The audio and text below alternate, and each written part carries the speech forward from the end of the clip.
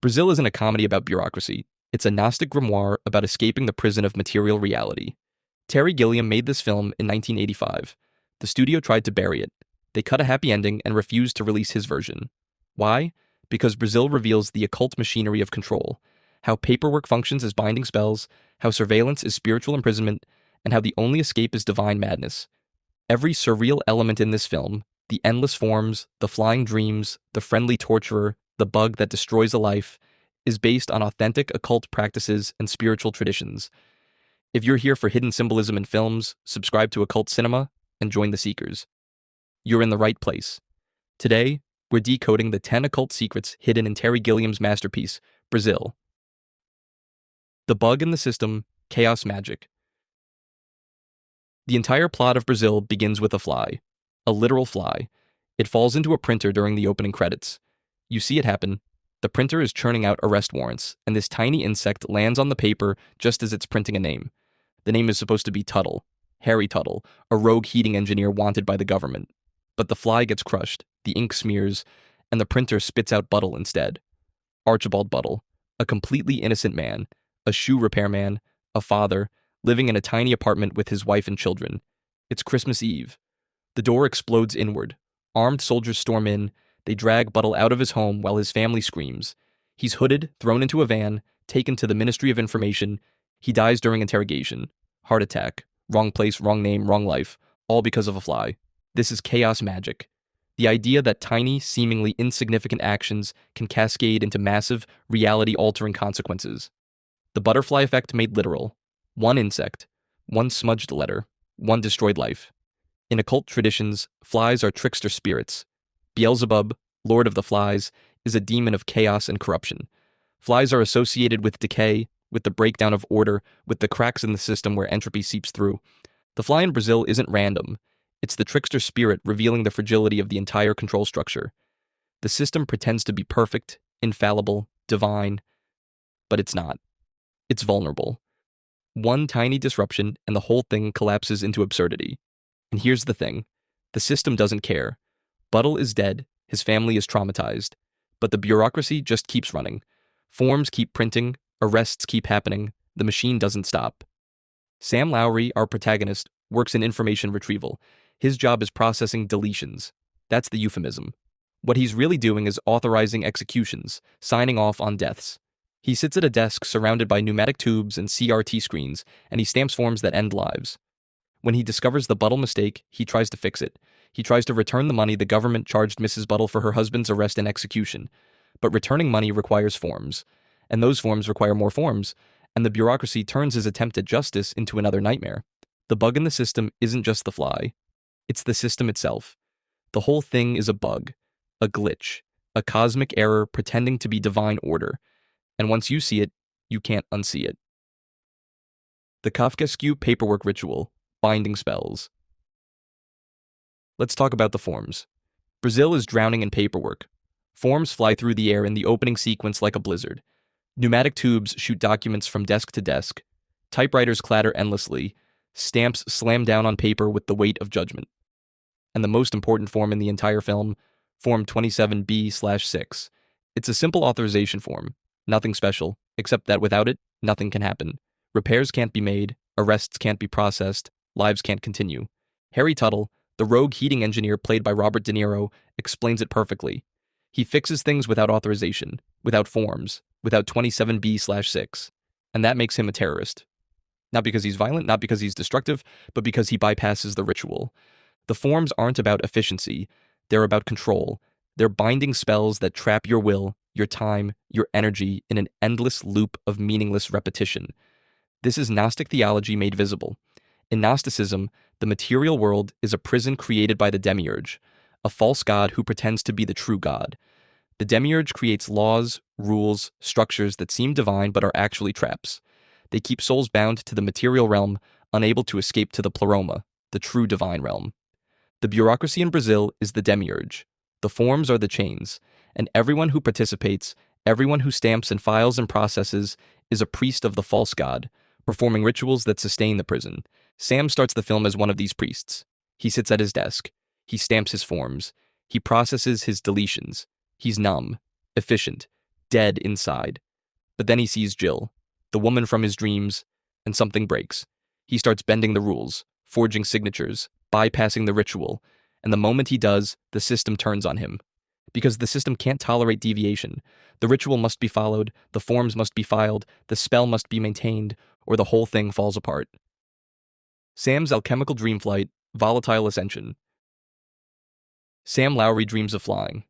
In his dreams, he's a winged warrior, silver armor, massive feathered wings, a sword. He soars through clouds, through vast open skies, free from gravity, free from the gray bureaucratic world below. And he's always chasing a woman. She's trapped in a cage, or wrapped in flowing fabric, or drifting just out of reach. He fights to save her. He battles obstacles. Buildings that rise up like monsters, paperwork that transforms into dragons, shadowy figures that try to drag him down. These aren't just dreams, they're alchemical visions. In alchemy, there are stages of transformation. The first is nigredo, the blackening, the death of the old self. Sam's waking life is nigredo, gray, dead, numb. The second stage is albedo, the whitening, the purification. This is where the soul begins to separate from the material, and that separation happens through volatilization, becoming air, becoming spirit, becoming flight. Sam's dreams are his soul trying to escape, trying to volatilize, trying to break free from the weight of the material world and ascend to something higher. The woman he's chasing is his anima, the Jungian term for the idealized feminine within the male psyche. She represents everything he's repressed: beauty, freedom, love, life.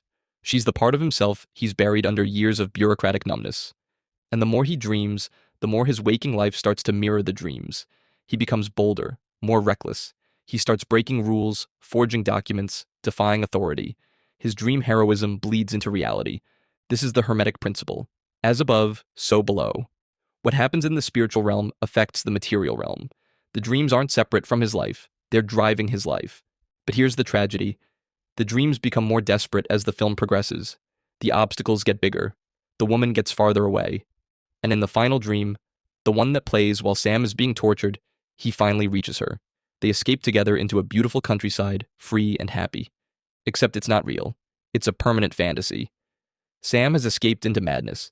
His body is trapped in a torture chair, catatonic, drooling, but his mind is flying. Forever. The alchemical ascension is complete. But it's not a triumph. It's a tragedy, or maybe it's both. Because he got away. Just not in the way anyone expected. Harry Tuttle's trickster sacrifice, the rogue psychopomp. Harry Tuttle is a heating engineer, but he's not just any heating engineer. He's a rogue, an outlaw, a terrorist according to the government. Why? Because he fixes things without authorization. Robert De Niro plays him with this manic energy, rappelling down the side of buildings, duct tape wrapped around his body like armor, tools hanging from every pocket. He's a guerrilla repairman. He shows up, fixes your heating ducts, and disappears before central services can catch him. We're all in it together, he tells Sam. That's his philosophy. Help each other. Bypass the system. Don't wait for permission. Tuttle's death is one of the strangest scenes in the film. He's in Sam's apartment. They're talking. And suddenly trash starts falling from the ceiling. Not paperwork. Trash. Debris. Garbage. It pours down like a waterfall, burying Tuttle completely. And then he's gone. Just his hat remains, sitting on top of the pile. Did he die? Did he escape? The film never tells you. He just vanishes, consumed by the waste of the system he fought against. In mystery school traditions, the guide often dies or disappears before the initiate completes the journey. The psychopomp, the soul guide, can only take you so far. At some point, you have to continue alone. Tuttle shows Sam that resistance is possible, that the system can be bypassed, that freedom exists, even if it's dangerous. But Tuttle can't save Sam. He can only show him the door. Sam has to walk through it himself. And when Tuttle disappears, Sam is left alone. No guide, no mentor, just the knowledge that rebellion is possible and the consequences that come with it. The trickster's sacrifice is complete. The system consumes him, but his message survives. We're all in it together, even when we're not. The ritual bombings, normalized sacrifice. Throughout Brazil, bombs go off. Restaurants, department stores, public spaces, explosions rip through buildings, killing people, destroying property. And nobody cares. There's a scene in a restaurant. Sam is having lunch with his mother and her friends. They're talking about plastic surgery, about rejuvenation, about trivial social gossip, and then, boom, an explosion. Right next to their table. Fire, smoke, screaming.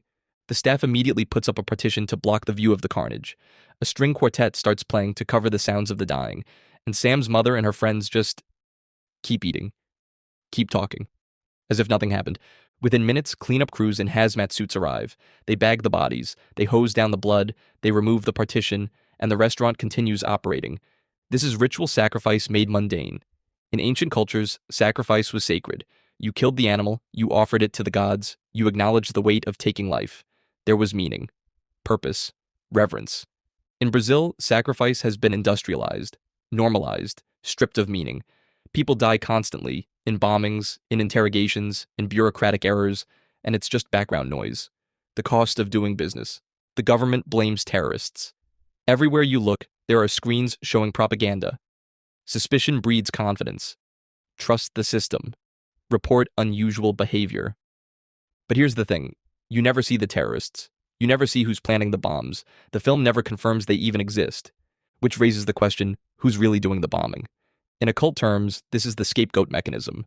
René Girard wrote about this, how societies create external enemies to justify internal violence. You need a villain, a threat, an other to blame. And that justifies the surveillance, the arrests, the torture, the control. The bombings in Brazil might be real, or they might be false flags. The film never tells you, and that's the point. It doesn't matter who's doing it. What matters is that the violence is constant, normalized, and used to maintain control. The sacrifice isn't to appease gods. It's to appease the system, to keep people afraid, to keep them compliant. And the most horrifying part? It works. People just keep eating, keep shopping, keep living. Because if you acknowledge the horror, if you let yourself feel it, you can't function. So you put up a partition, you play some music, and you pretend everything's fine. That's the ritual. And everyone participates. Consumer alchemy, plastic surgery as false transformation. Sam's mother, Ida Lowry, is obsessed with youth. She's constantly getting plastic surgery, rejuvenation procedures, skin tightening, facelifts, anything to stave off aging. Her plastic surgeon, Dr. Jaffe, is a celebrity. He's in demand. He's transforming the wealthy elite into something. Not younger, not more beautiful, something else, because the results are grotesque. Ida's face becomes increasingly stretched, alien. Her skin is too tight, her features are distorted. She looks like a mask of herself. And she's not alone. Her friends all have the same stretched artificial faces. They look like they're melting, or being pulled apart. This is alchemy gone wrong. Alchemy is about transformation, turning lead into gold, turning the base self into the perfected self. But true alchemy is spiritual. It's about transforming consciousness, not flesh. The plastic surgery in Brazil is false alchemy. It's trying to achieve transcendence through material means. It's worshipping the body instead of the soul. It's the ultimate expression of the demiurge's trap, believing that if you just change the surface, if you just perfect the material form, you'll be happy, you'll be free. But you won't, because the material is the prison, and no amount of surgery can change that. There's a scene where Ida is getting a procedure. She's wrapped in bandages, tubes coming out of her face, machines humming around her, and she's cheerful, excited. She thinks this is progress, this is improvement, but she looks like a victim, like she's being tortured. And in a way she is. She's torturing herself, chasing an impossible ideal, trying to escape death by mutilating life. And the system encourages this, celebrates it. Because as long as people are focused on their bodies, on their appearances, on their material forms, they're not thinking about freedom. They're not questioning the system. They're just consuming, transforming, dying slowly while pretending to live forever. The restaurant bombing happens during one of these lunches. Ida and her friends are discussing their latest procedures. And when the bomb goes off, they barely react. Because they're already numb, already dead inside. The plastic surgery isn't making them younger. It's making them corpses. Beautiful, expensive, socially acceptable corpses. That's the false alchemy. That's the worship of the material. That's the demiurge's final joke. You can change your face, but you can't change your fate. The paperwork labyrinth, Gnostic prison architecture. Let's talk about the space itself. The physical world of Brazil. It's a maze, endless corridors, identical offices, pneumatic tubes snaking through walls like veins, desks crammed together, typewriters clattering in unison, screens flickering with data, and everywhere paperwork. This isn't just bad design, it's intentional. It's a labyrinth. In Greek mythology, the labyrinth was built to contain the Minotaur, a monster, half man and half bull, that devoured human sacrifices. You could enter the labyrinth, but you couldn't escape. The walls shifted, the paths looped back on themselves. You wandered until you died or were eaten. The bureaucracy in Brazil is the same. You enter the system to get a permit, to file a complaint, to correct an error, and you can't get out. You're sent from department to department. You fill out forms that require more forms. You wait in lines that lead to other lines. You talk to officials who send you to other officials. And at the center of the labyrinth? Nothing. No minotaur, no monster, just more paperwork, more desks, more officials doing the same meaningless tasks. This is Gnostic architecture, the material world as a prison designed by the demiurge to trap souls. The walls aren't physical, they're bureaucratic, legal, procedural. You're not locked in a cell, you're locked in a system. And the system is infinite. Sam works in information retrieval. His office is a massive open space filled with identical desks.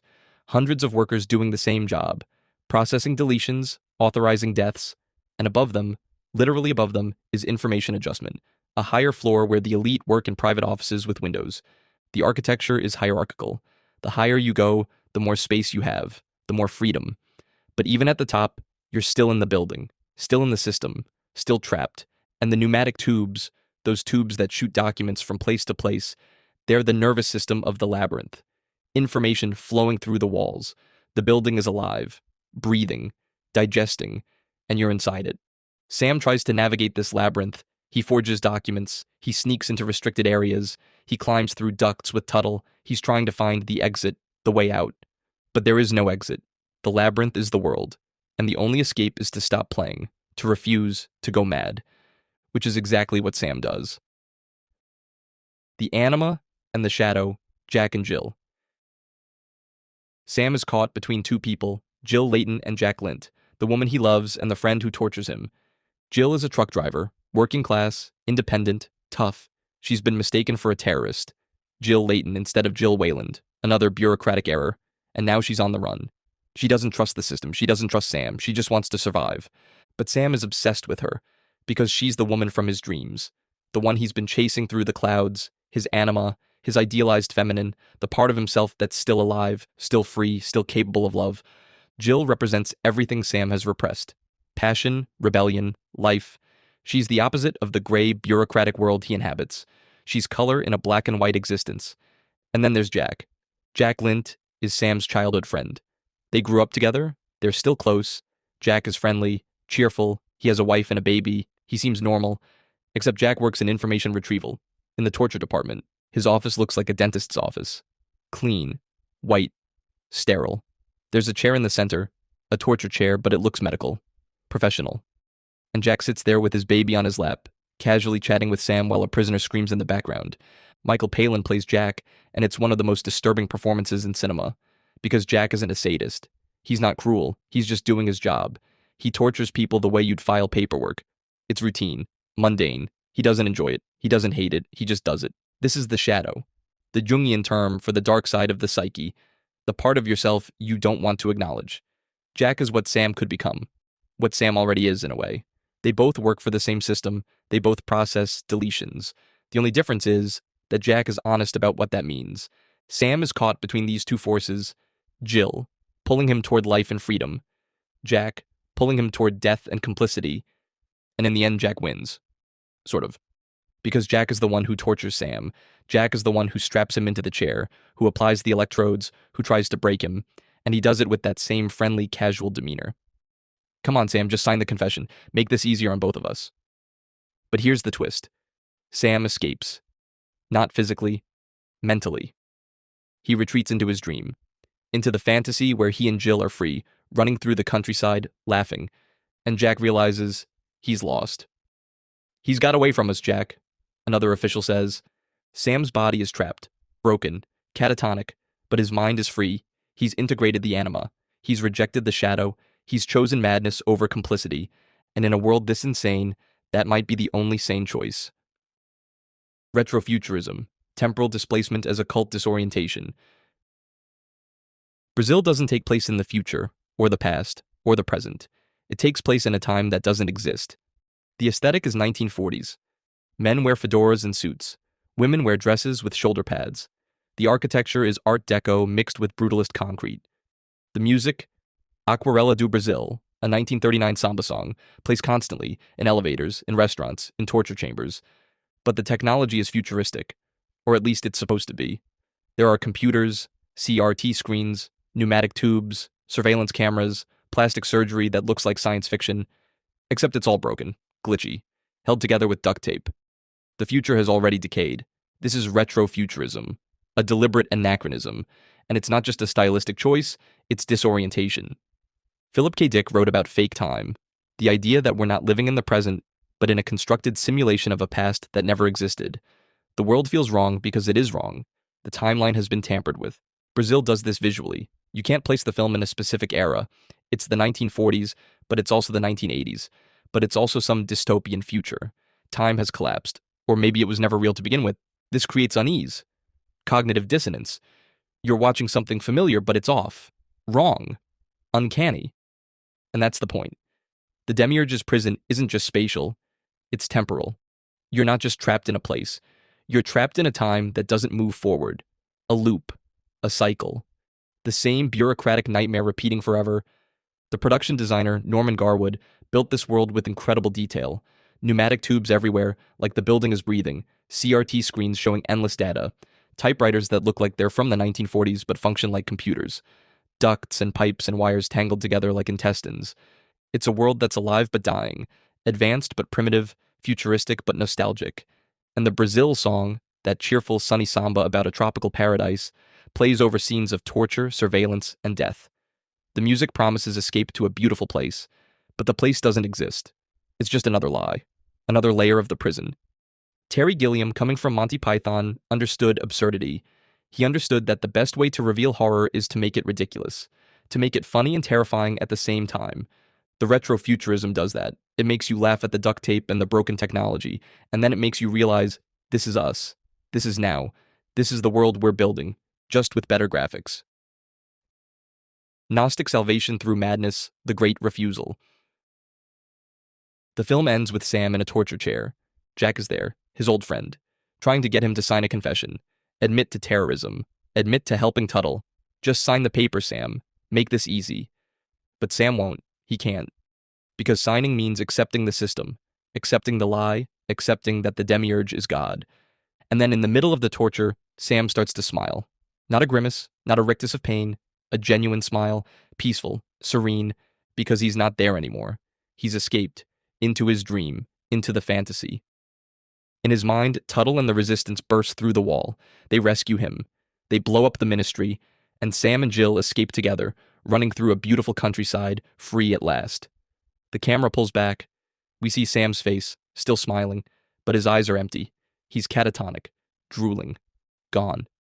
He's got away from us, Jack, one of the officials says. And he has. Not physically, but spiritually. He's performed the great refusal. He's rejected the material world. He's returned to the pleroma, the Gnostic term for the true divine realm beyond the Demiurge's prison. This is divine madness.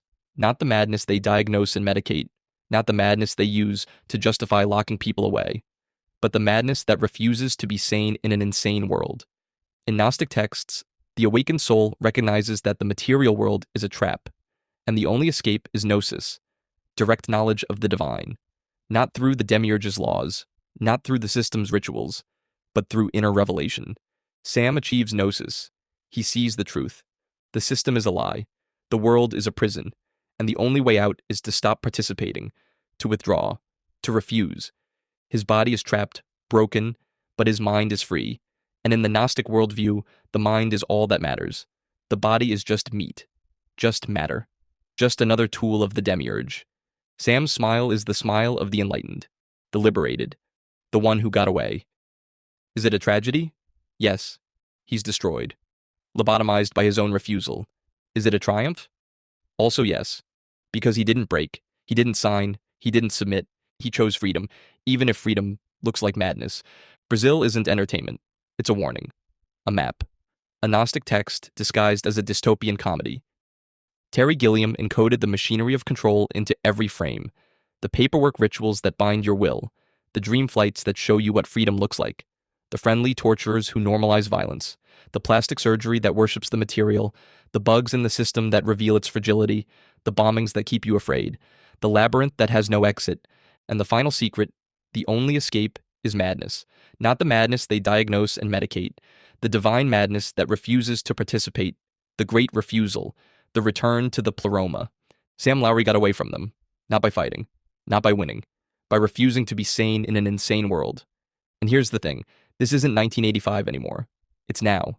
The surveillance, the bureaucracy, the normalized violence, the endless forms, the screens everywhere telling you what to think.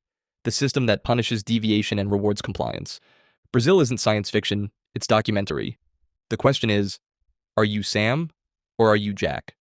Are you the one who escapes into divine madness or the one who tortures with a smile? Subscribe to Occult Cinema for more hidden symbolism in the films you thought you knew. And remember, in a world built on lies, the truth looks like insanity.